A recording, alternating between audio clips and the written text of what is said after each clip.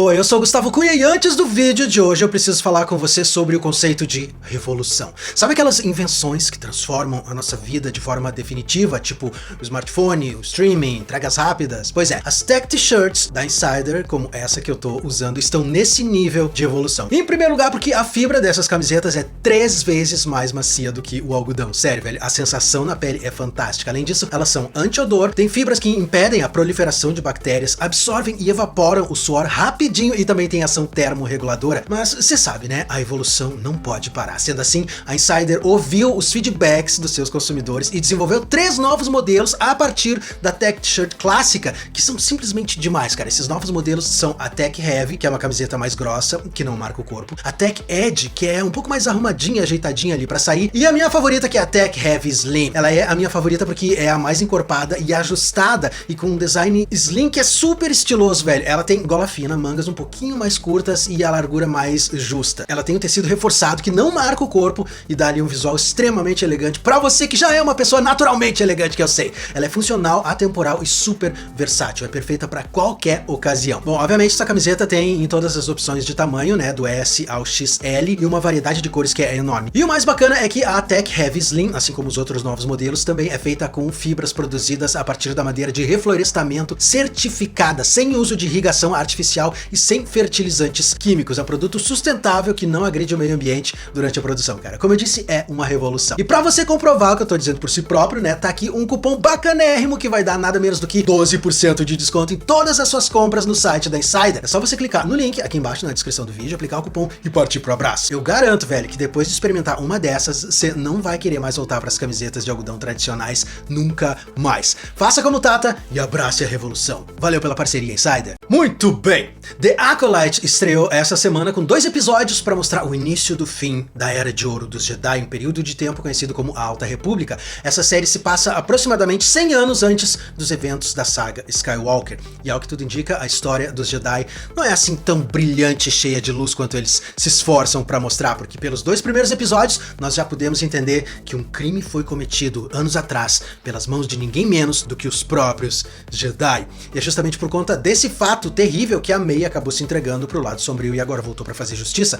Nesse sentido, quando a Mei vai ali confrontar a mestre Indara naquele bar no planeta Ueda, a mestre diz que os Jedi não atacam pessoas desarmadas e a Mei responde que sim, eles atacam. Esse, velho, é o elemento central pra gente entender que tudo que tá acontecendo agora tem relação com esse crime cometido pelos Jedi e escondido pela Ordem durante todos esses anos. Então, olha só as implicações disso, velho. Um crime cometido pelos Jedi. Como a gente já viu várias vezes aqui no canal, né, nessa época de Star Wars, os Jedi são mais numerosos do que nunca, né? Eles estão por todos os cantos da galáxia e gostam de ser vistos como símbolos da paz, da justiça, da esperança. E é por isso que a Mei pergunta, né, para aquele pequeno alienígena lá em Ueda, onde está o Jedi de vocês? Porque em todos os planetas da República existe pelo menos um Jedi para manter as coisas em ordem. E esses caras veem a si próprios como superiores, e isso é muito legal de observar, cara. Você chegou a perceber como a Jedi se refere a Mei? Ela chama a Mei de criança. Certamente ela percebeu que estava diante de uma usuária da força, porque os Jedi são capazes de sentir isso, mas mesmo assim ela seguiu agindo de forma superior, arrogante. Lembra que a gente já tinha comentado também que durante a época da Alta República os Jedi estão há tanto tempo sem enfrentar o Sith que eles acabaram se tornando arrogantes, tão certos da própria superioridade que são incapazes de sequer imaginar que alguém pode ser uma ameaça. Os hipócritas se acham intocáveis e essa arrogância aparece o tempo todo durante o combate entre as duas, né? A mestre Indara é tão superior em combate que durante a maior parte do tempo ela nem sequer precisa puxar o sabre de luz, né? Ela mal usa a força, fazendo uso desse poder apenas para afastar a adversária de vez em quando. E no caso da Carrie-Anne Moss, né, não tem como não lembrar dos movimentos da Trinity lá em Matrix. O grande lance é que ela subestima a adversária porque ela sabe que é absolutamente superior numa luta justa. Mas aí é que tá, gafanhoto, essa não é uma luta justa. Os Jedi lutam com honra, eles seguem as regras e colocam as vidas daqueles que estão ao redor em primeiro lugar. E nos últimos séculos, eles nunca precisaram se preocupar em lutar de outra forma, porque nunca encontraram adversários que fossem páreo para eles. Mas os usuários do lado sombrio sempre foram páreo pros Jedi, porque a única regra que eles obedecem é a regra de vencer a qualquer custo, é a regra de não ter regras, usando quaisquer meios necessários. A arrogância da mestre Indara fez com que ela baixasse a guarda, não levasse o combate a sério, e foi essa arrogância que fez ela ser derrotada por uma adversária claramente mais fraca. Sobre esse combate tem mais uma coisa interessante, né? Num determinado momento a Mei tenta pegar o sabre de luz da Indara. Você percebeu isso? Mas ela não consegue. E no episódio 2 ela tenta fazer a mesma coisa, tenta pegar o sabre de luz do Mestre Sol e igualmente não consegue. Porém, quando a Indara morreu, a Mei foi embora e deixou o sabre de luz da Mestre por lá, né? Pode ser que uma parte da missão para se tornar uma acólita do lado sombrio seja derrotar um Jedi usando a própria arma dele, né? Ou nenhuma arma. Pode ser por isso que a Mei não usa um sabre de luz durante as lutas dela. Tudo bem, mas você deve estar se perguntando agora, né? Qual é a diferença entre um acólito e um Sith? Bom, um acólito sombrio, também chamado de um acólito Sith, costumava ser um título que era mantido lá durante as Guerras Clônicas, tanto pela Asajj Ventress quanto pelo Savage Opress, durante o tempo deles como discípulos lá do Conde Dooku, mas certamente, né, eles não foram os primeiros acólitos recrutados pelo lado sombrio.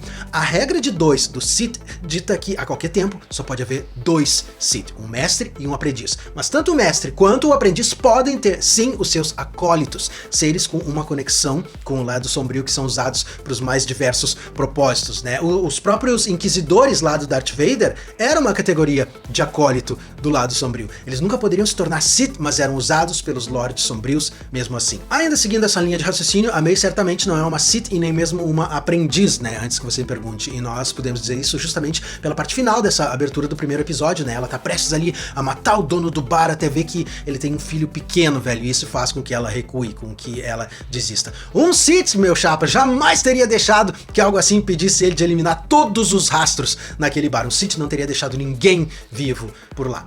Depois disso, nós vamos conhecer a irmã gêmea da Mei, a Osha, que trabalha em uma nave dos Neimoidianos. Você certamente se lembra, né, desses caras lá de Ameaça Fantasma. Os Neimoidianos eram os caras que administravam a Federação de Comércio, um vasto consórcio de interesses comerciais, né? A Federação sempre odiou a República por conta das restrições estabelecidas para o comércio nos sistemas governados por ela, a República. Foi justamente por isso que eles acabaram ingressando, né, na Confederação de Sistemas Independentes e ajudaram a iniciar as Guerras Clônicas. Essa é uma curiosidade para você que assistiu a Ameaça Fantasma. A Federação de Comércio opera num setor da galáxia conhecido como setor corporativo, que é até citado na série, né, e fica na orla exterior, velho, e portanto ela não faz parte da República.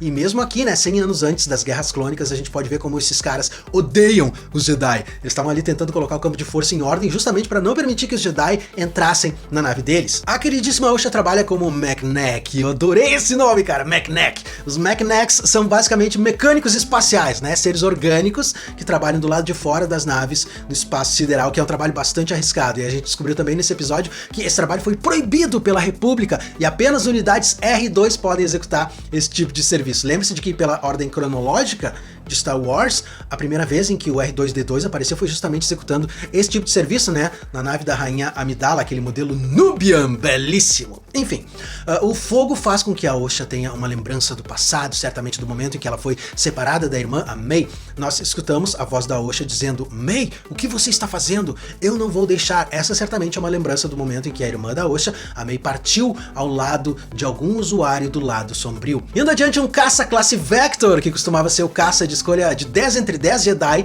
na época da Alta República, aparece pela primeira vez no live action, cara. Na verdade, esses caças eram tão especiais que eles só podiam ser pilotados por Jedi.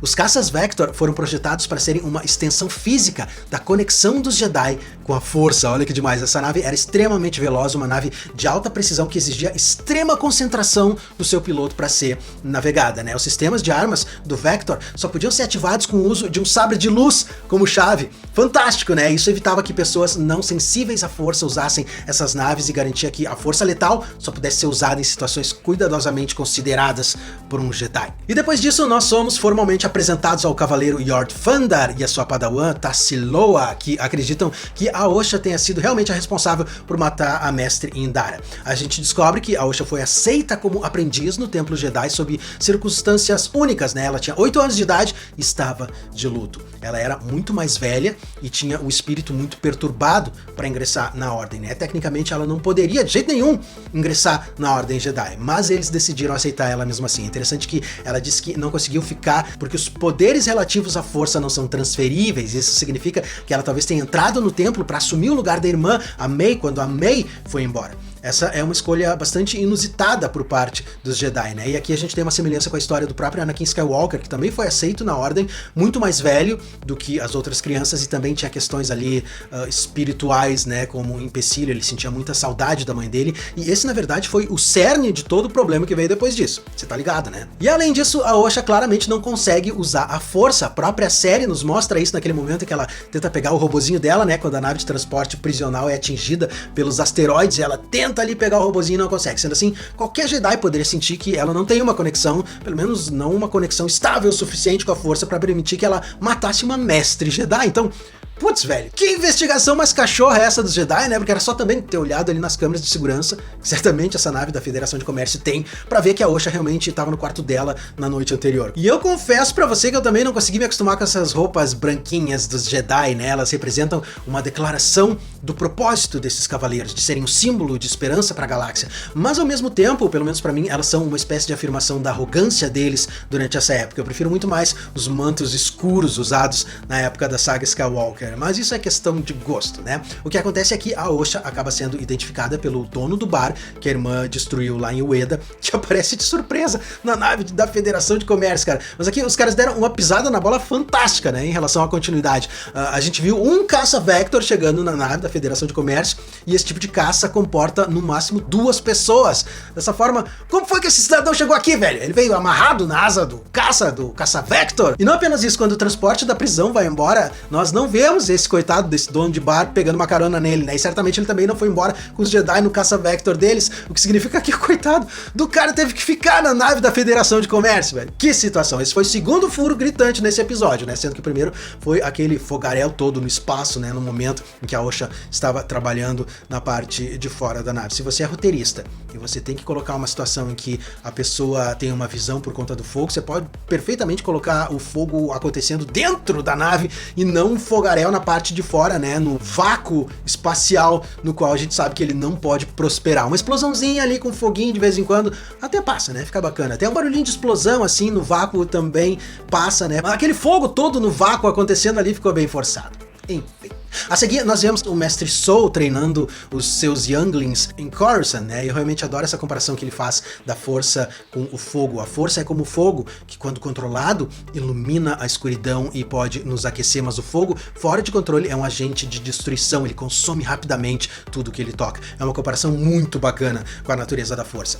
O transporte da Osha acaba caindo no planeta Kerlak e o Mestre Soul se oferece para ir buscar a sua antiga aprendiz, e no caminho ele diz para sua nova aprendiz que viu a May morrer muito tempo atrás, mas eu e você agora sabemos que ele está mentindo, né? Ele deixou que ela fosse embora mesmo depois de ela ter, segundo ele, assassinado toda a família. Eu acredito que a história não seja bem essa, e se ela realmente fez isso, cara, ela fez sem querer. É bem mais provável que a família da May e da Osha tenha sido morta pelos Jedi, e por isso a May disse pra Indara, né, que os Jedi atacam sim pessoas desarmadas, porque ela viu isso acontecer.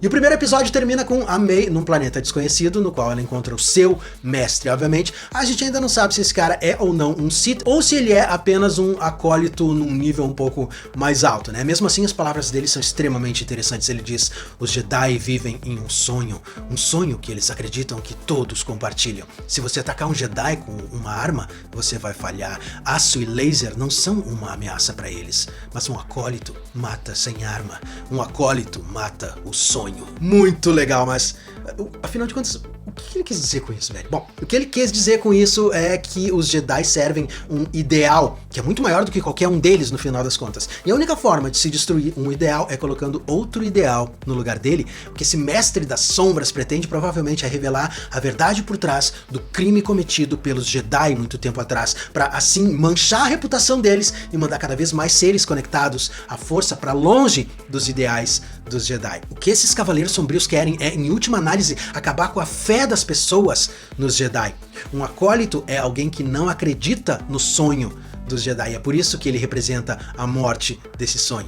E o melhor de tudo nesse caso é o fato de que eu e você sabemos que no longo prazo, né, no futuro não muito distante, esse plano vai acabar dando certo. Tanto é que na época de Uma Nova Esperança, quando nós conhecemos o Luke Skywalker, os Jedi são praticamente uma lenda, né? Poucas pessoas sequer sabem a respeito deles e muita gente sequer acredita que a força existe. O Han Solo diz pro Luke, né, com todas as letras a bordo da Millennium Falcon, que isso não passa de baboseira religiosa, né? Crendices sem sentido, ele tem certeza absoluta absoluta de que a força não existe. Depois disso, o segundo episódio começa com a Mei seguindo o seu plano de matar os Jedi envolvidos na morte da família dela. A moça chega ao planeta Olega e vai direto pro templo Jedi local atrás do mestre Torbin. E esse combate é completamente diferente do combate com a mestre Indara do episódio anterior, né? A Mei é simplesmente incapaz de chegar perto, de acertar o mestre Torbin, porque ele se comprometeu com o voto de Barash. O voto de Barash é um juramento feito pelos Jedi no qual eles se abstêm completamente de todas as atividades relacionadas à Ordem Jedi como forma de penitência, se desligando de qualquer coisa exceto da própria força e se comprometendo a obter a comunhão definitiva com a força. Então é mais uma prova da superioridade dos Jedi em relação a outros usuários da força nessa época, né, antes dos Sith se revelarem. A Mei só consegue matar o Torbin porque o próprio Torbin resolve aceitar a morte como forma de purgar a culpa pelo que aconteceu com a família da Mei. Ele diz: nós pensávamos estar fazendo a coisa certa. Você percebe que isso é uma confissão de culpa, não existe mais a possibilidade de a Mei ter sido ludibriada lá pelo Cavaleiro do Lado Sombrio. Os Jedi realmente cometeram um crime muitos anos atrás. O conceito de um Jedi ser tão arrogante a ponto de cometer um crime e usar isso como um meio pra justificar um fim é demais, cara. E nesse episódio nós também conhecemos o personagem Kimmer, né? Ele é apresentado, ele é um companheiro da Mei. Isso significa que ele sabe das atividades dela e significa também que ele é igualmente um tipo de acólito. Esse cara pode estar fazendo um jogo duplo, cara, se fazendo passar por um companheiro de treinamento da Mei pra conseguir acompanhar mais de perto os passos dela, quem sabe até pra ver se ela merece continuar o seu treinamento. Eu penso isso justamente porque a forma como ele conversa com a Mei é exatamente a forma como um mestre conversaria com um discípulo, né? Pensa, esse sujeito é muito mais inteligente e ardiloso do que ele aparenta ser. Quando a Mei diz que é incapaz de atingir o mestre Torbin por causa do campo de força, o Kimmer diz pra ela que todo mundo tem uma fraqueza, e que a fraqueza do mestre Torbin é a necessidade dele de penitência e absolvição.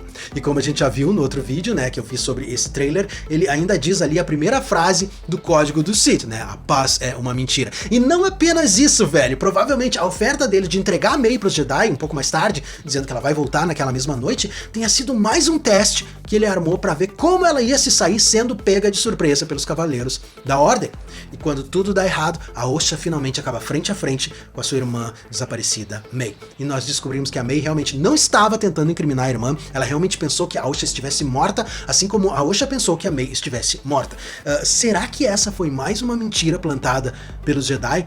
O que eu sei é que a Osha deixou a irmã fugir de propósito, sério, velho. Ninguém erra um disparo a uma distância tão curta. Até a minha tia Ethel teria acertado aquele tiro. Isso fica ainda mais claro pelo fato de que, um pouco antes disso, o próprio mestre Soul disse para os companheiros dele que a Osha sabia perfeitamente como manejar um blaster, né? Porque ela tinha treinado com isso durante o tempo dela no Templo Jedi. E esse episódio termina com uma sequência no planeta Koffar, lar do Jedi Kionaka, que também tá de alguma forma envolvido ali com aquele crime dos Jedi no passado, né? Ele é o próximo alvo da Mei e do Kimmer.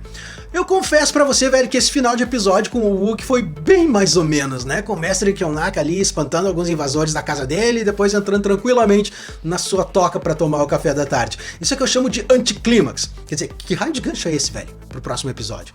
No geral, eu achei esse início de temporada bem morno. Preciso dizer isso pra você, cara. Apesar de ter gostado dos personagens e da caracterização dessa época de Star Wars, falta um pouco mais de adrenalina, de tempero, faltam aquelas cenas de ação, de tirar o fôlego. Eu realmente espero que a série consiga melhorar nos próximos episódios, né, pra não ser uma repetição do que foram as decepções das séries lá do Boba Fett e do Obi-Wan, né? Star Wars precisa de produtos que sejam sempre acima da média, velho, que sejam brilhantes e não apenas razoáveis. Eu digo isso não apenas em relação a Star Wars, mas em qualquer série de televisão você precisa que os primeiros episódios sejam um soco no estômago para manter os espectadores investidos, né, interessados no que vai acontecer no resto da história. E com certeza, esses 2 primeiros episódios de The Acolyte não foram um soco no estômago. Mas diz aí, cara, o que você achou de tudo isso? Não esquece que tem aquele cupom bacanérrimo da Insider que garante 12% de desconto nas suas compras pelo site para você mandar baixar hoje mesmo a sua nova camiseta Tech Heavy Slim e abraçar de vez a revolução da moda. Só clicar no link que tá aqui embaixo na descrição do vídeo, usar o meu cupom e partir pro abraço. E eu vejo você muito em breve, cara. Até lá, fica com Deus, permaneça bem, permaneça seguro, tá certo? Uma vez mais, muito obrigado e até a próxima.